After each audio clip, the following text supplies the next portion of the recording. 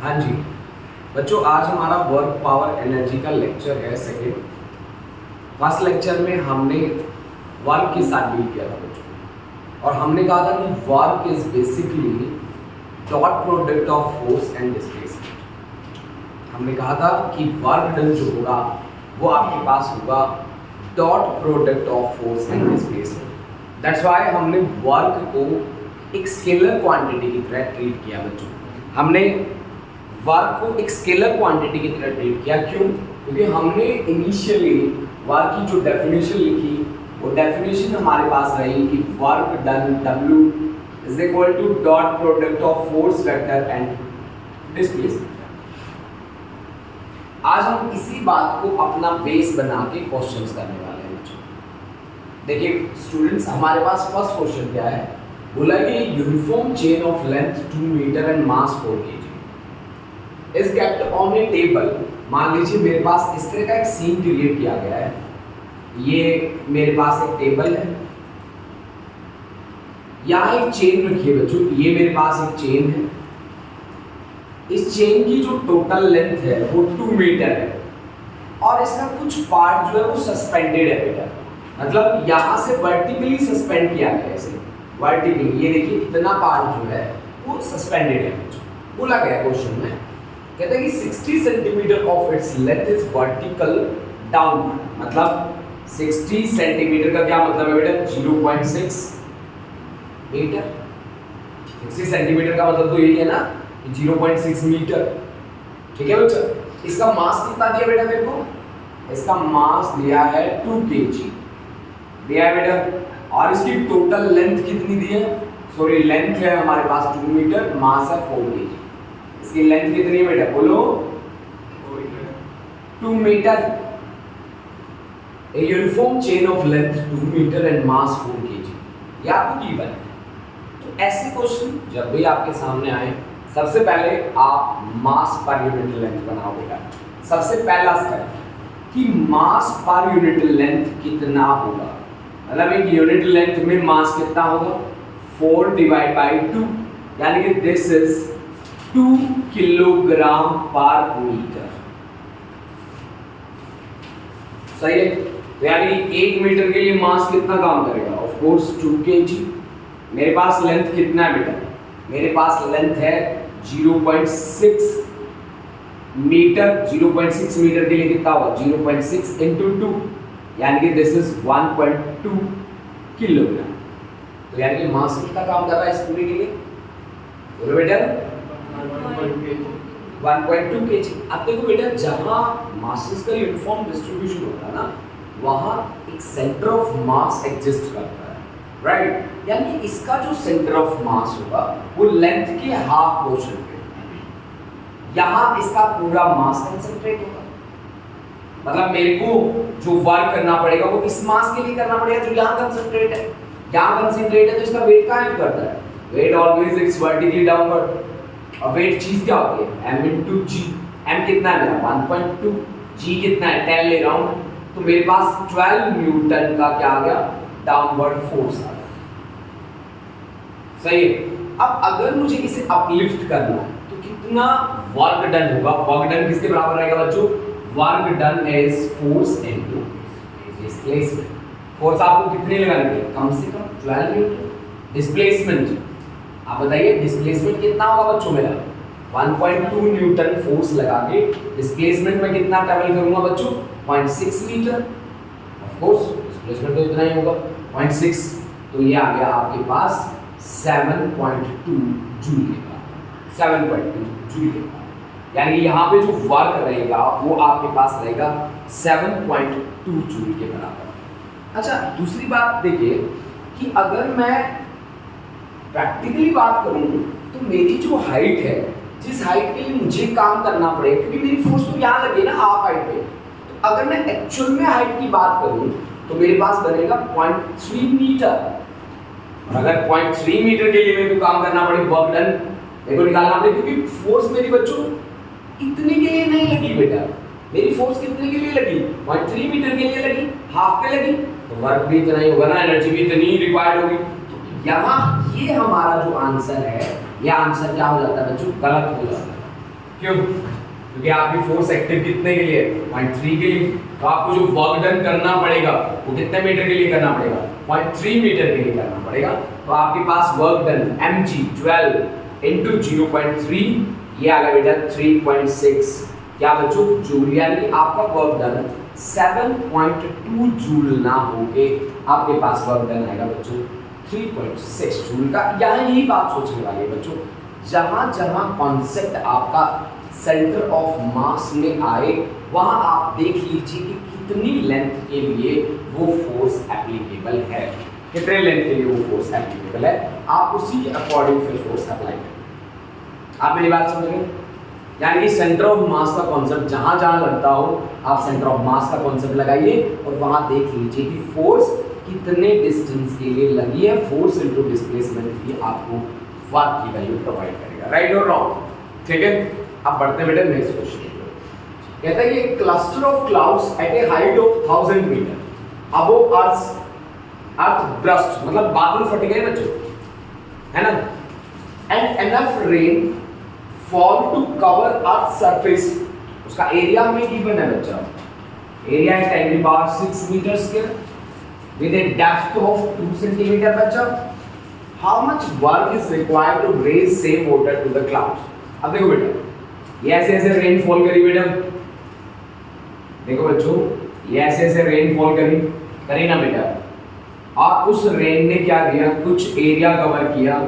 मान लो वो area cover किया बेटा कितना, एरिया कवर कर दिया 10 की पावर 6 मीटर स्क्वायर, और वो डेप्थ में कितने गया बेटा, वो डेप्थ में गया 2 सेंटीमीटर। मीटर में कन्वर्ट कर लो बेटा, 2 इंटू 10 की पावर -2 मीटर। राइट, अब देखो बेटा हमें क्या बोला, हमें बोला कि cluster of clouds at a height of 1000 metre, मतलब ये कितनी हाइट थी बेटा, h is equal to 1000 metre की हाइट है। इससे बारिश गिरी है बेटा, ठीक है ना। अब ये कह रहा है ये बारिश जो गिरी है ना, इसको अगर ऊपर चढ़ाना पड़ जाए वापस, तो ऐसे तो जरूरी नहीं है प्रैक्टिकली, लेकिन फिर भी अगले ने क्वेश्चन कर लिया तो अब हम क्या करें, हमें इसका आंसर तो करना है। अब सीधी बात सोचो, वर्क डन क्या होता है और फोर्स क्या होता है, मास इनटू एक्सेलरेशन। एक्सेलरेशन किसके बराबर होगा, नीचे गिरी है तो ग्रेविटी के बराबर होगा। एक्सेलरेशन तो एक्सेलरेशन ड्यू टू ग्रेविटी आ गया, मतलब किस चीज की कमी है, मास की। अब मास को हम डेंसिटी की फॉर्म में निकाल सकते हैं ना। अब आप सोचो कि आपको क्या चाहिए, ऊपर वापस ले जाना है, तो आपको चाहिए वर्क डन। वर्क डन क्या होगा, m into g into h. Force into displacement, force किसके बराबर है, of course m into g के बराबर। डिस्प्लेसमेंट कितना है, हाइट h के बराबर है। g की वैल्यू h की वैल्यू, मास की वैल्यू नहीं है, सही है। तो मास की वैल्यू कहां से आ सकती है, इसने एरिया कवर किया इतना, डेप्थ में गया इतना, तो कितने वॉल्यूम का पानी गिरा, बोलो बेटा वॉल्यूम कितना हुआ, एरिया इनटू लेंथ। एरिया कितना है 10 की पावर 6, लेंथ कितना है 2 इंटू 10 की पावर -2, यानी कि दिस इज 2 इंटू 10 की पावर 4 मीटर की क्यूब। इतनी वॉल्यूम का गया, इतने वॉल्यूम में गया। आप बताओ मुझे डेंसिटी ऑफ वाटर क्या होती है, डेंसिटी होती है बच्चों, आप याद रखना, डेंसिटी ऑफ वाटर होती है 10 की पावर 3 किलोग्राम पर क्यूबिक मीटर। ऐसे डेंसिटी होती क्या बेटा, डेंसिटी होती है mass divide by volume, mass divide by volume, ठीक है ना बेटा, मास डिवाइड बाय क्या बेटा, वॉल्यूम, ठीक है ना बेटा। अब देखो बच्चों, हमें डेंसिटी ऑफ वाटर वैसे क्वेश्चन में गिवन है बच्चों 10 की पावर 3 किलोग्राम पर क्यूबिक मीटर। अब यहां से मास की अगर वैल्यू निकालनी हो तो क्या करेंगे, cross product, mass is equal to 10 की power 3 multiplied by volume. Volume is actually आपके पास है 2 इंटू 10 की पावर 4, तो ये आ गया आपके पास 2 इंटू 10 की पावर 7 kg। मास आ गया बेटा m की वैल्यू, m की वैल्यू कितनी है 2 इंटू 10 की पावर 7, g की वैल्यू मैं 10 ले रहा हूँ, हाइट आपको पहले से गिवन है 1000, तो ये 3 और 1 4 0, 2 इंटू 10 की पावर 7 प्लस 4 11 जूल।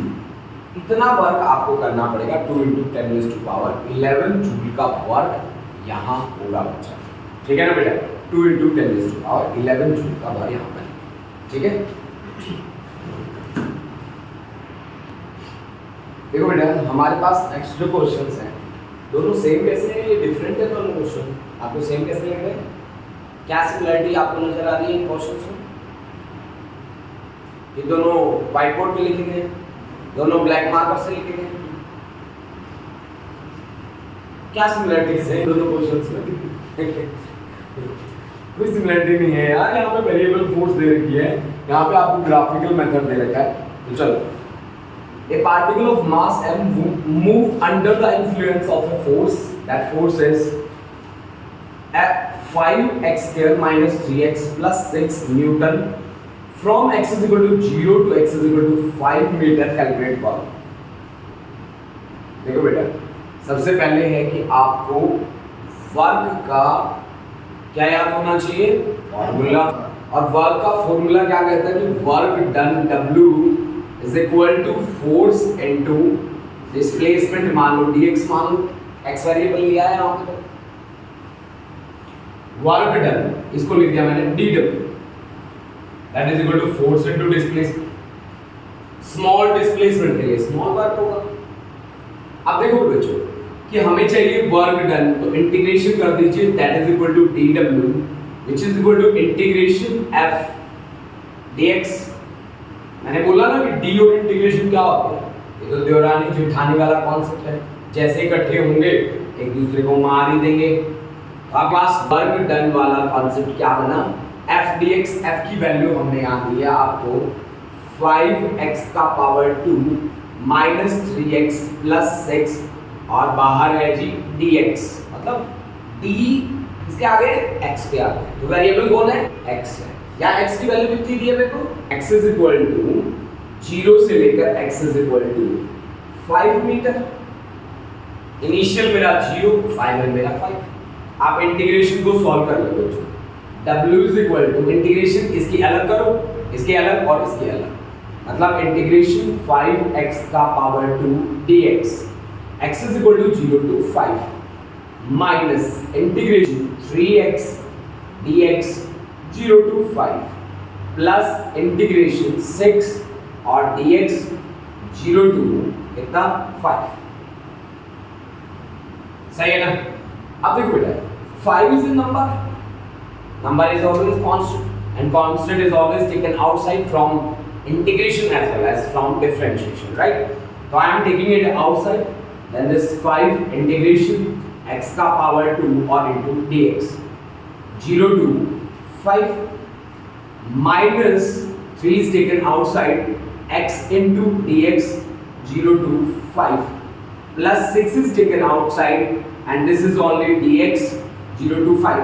d और इंटीग्रेशन फिर से लड़ पड़े, मर गए, बाकी को नहीं x। अब यहाँ से इसे सॉल्व करेंगे बेटा, तो आपके पास जो वर्क डन बनेगा w, पहली बात तो इंटीग्रेशन का क्या रूल होता है बच्चों, कि पावर एक ऐड होती है और जितना ऐड हुआ है वो नीचे चला जाता है। जैसे हमारे पास है 5, बाहर है 5, यहाँ x की पावर है 2, एक ऐड कर दो, 2 + 1 कितना होगा 3, डिवाइड बाय पावर कितनी है 3, तो नीचे को 3, लिमिट कितनी है 0 से लेकर 5 तक, सही है।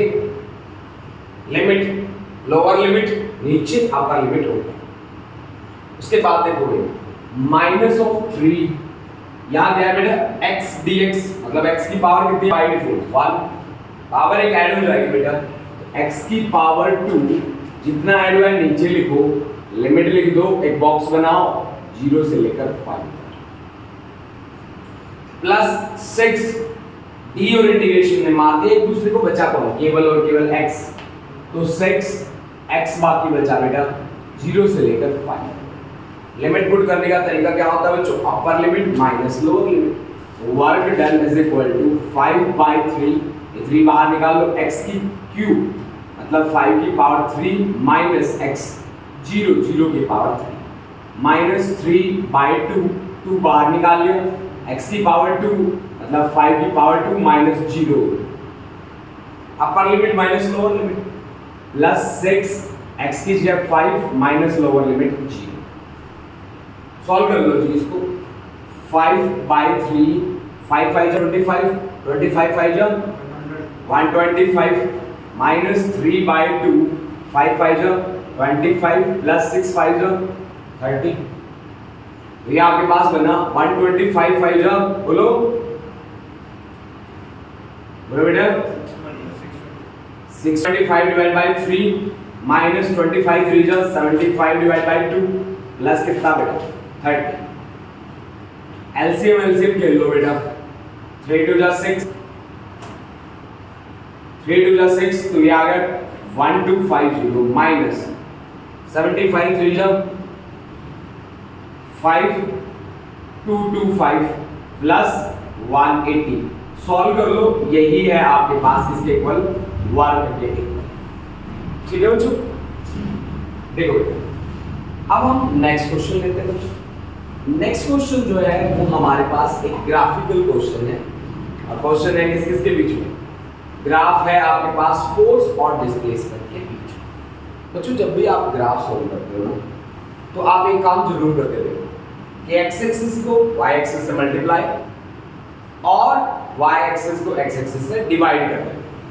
मतलब इन दोनों कोऑर्डिनेट्स को मल्टीप्लाई और डिवाइड करके देखिए।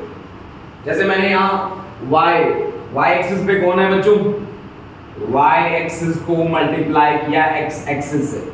वाई एक्सिस और एक्स एक्सिस को हम मल्टीप्लाई करते हैं ना बच्चों, तो ये हमेशा आपको क्या देगा बेटा, एरिया की वैल्यू प्रोवाइड करेगा। हमेशा दो डायमेंशन जब मल्टीप्लाई होते हैं तो वो आपको एरिया की वैल्यू प्रोवाइड करते हैं बच्चों। सही है। आप यहाँ देखो वाई एक्सिस पे कौन है, फोर्स, एक्स एक्सिस पे कौन है, डिस्प्लेसमेंट। फोर्स इनटू डिस्प्लेसमेंट होगा क्या, वर्क, और वर्क किसके इक्वल रहेगा, area under graph. Area under graph, यही इस कॉन्सेप्ट का मेन कॉन्सेप्ट है।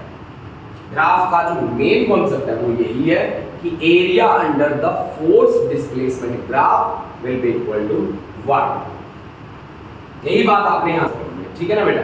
अब आप देखो बच्चों, क्योंकि वर्क एक स्केलर क्वांटिटी होती है, जब वेक्टर होती है ना तो हम नेगेटिव डायरेक्शन वाले को माइनस कर देते हैं या नेगेटिव स्लोप वाले को माइनस कर देते हैं। सही बात है गलत बात, यहाँ तो सारे के सारे क्या करने हैं, ऐड ही करने। तो आप एरिया कौन कौन से एरिया आएंगे इस ग्राफ के अंदर, ए से बी, बी से सी, सी से डी, ई। आप बताओ जो एरिया कितने बने, पहला एरिया तो ये बन जाएगा A B C D E, और इस पॉइंट को लिख दो आप एफ के बराबर, इस पॉइंट को आप लिख दो जी के बराबर, ये एच के बराबर, ये आई के बराबर। तो आपके पास वर्क डन होगा कितना, आपके पास है एरिया, पहला एरिया कौन सा, A B H I, A B H I plus area, उसके बाद बोलो बेटा, उसके बाद आपके पास क्या बन रही है, इसके अंदर एरिया, बीसी के अंदर एरिया क्या आएगा, ट्रेपीजियम का एरिया, एरिया कौन सा, B C G H, B C G H plus उसके बाद एरिया बेटा राइट एंगल ट्राइंगल का area, triangle C G D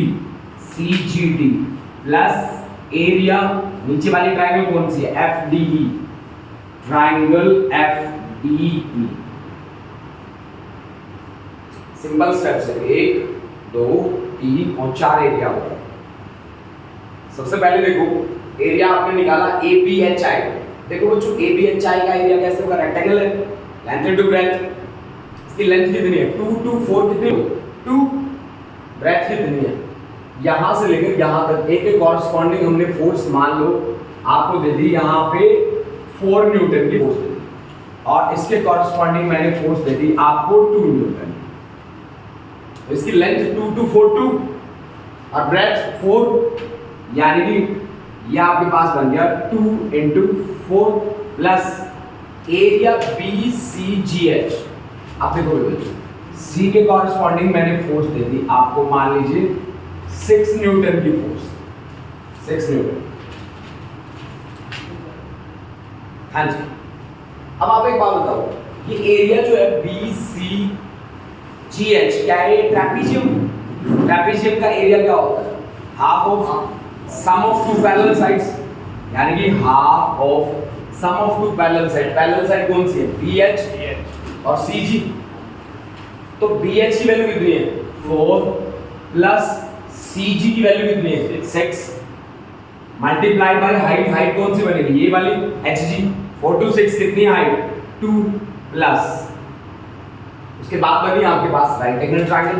right angle triangle का एरिया क्या होता है हाफ बेस, 6 से 10 कितना हुआ 4, हाइट कितनी हुई सी जी कितनी हुई 6 न्यूटन प्लस लास्ट एरिया वो भी राइट एंगल ट्रायंगल है। राइट एंगल ट्रायंगल का एरिया क्या होता है हाफ बेस डी से एफ 10 से 12 कितना 2, हाइट कितनी है 2, 2 से 2 कैंसिल हो गया बेटा। देखो बेटा 4 2 जा 8 plus half 6 plus 4 10 into 2 plus 2 2 जा 4 6 2 जा 12 प्लस 2, 2 से 2 कैंसिल, ये आ गया 8 प्लस 10 प्लस 12 प्लस 2, 12 और 8 20 22, 20 और 10 30, दिस इज 32 क्या है बेटा जूल।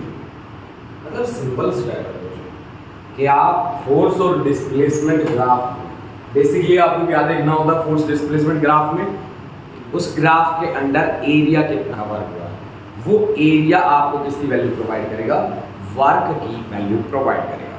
ठीक है ना बच्चों, चलो अब आगे बढ़ते हैं बेटा।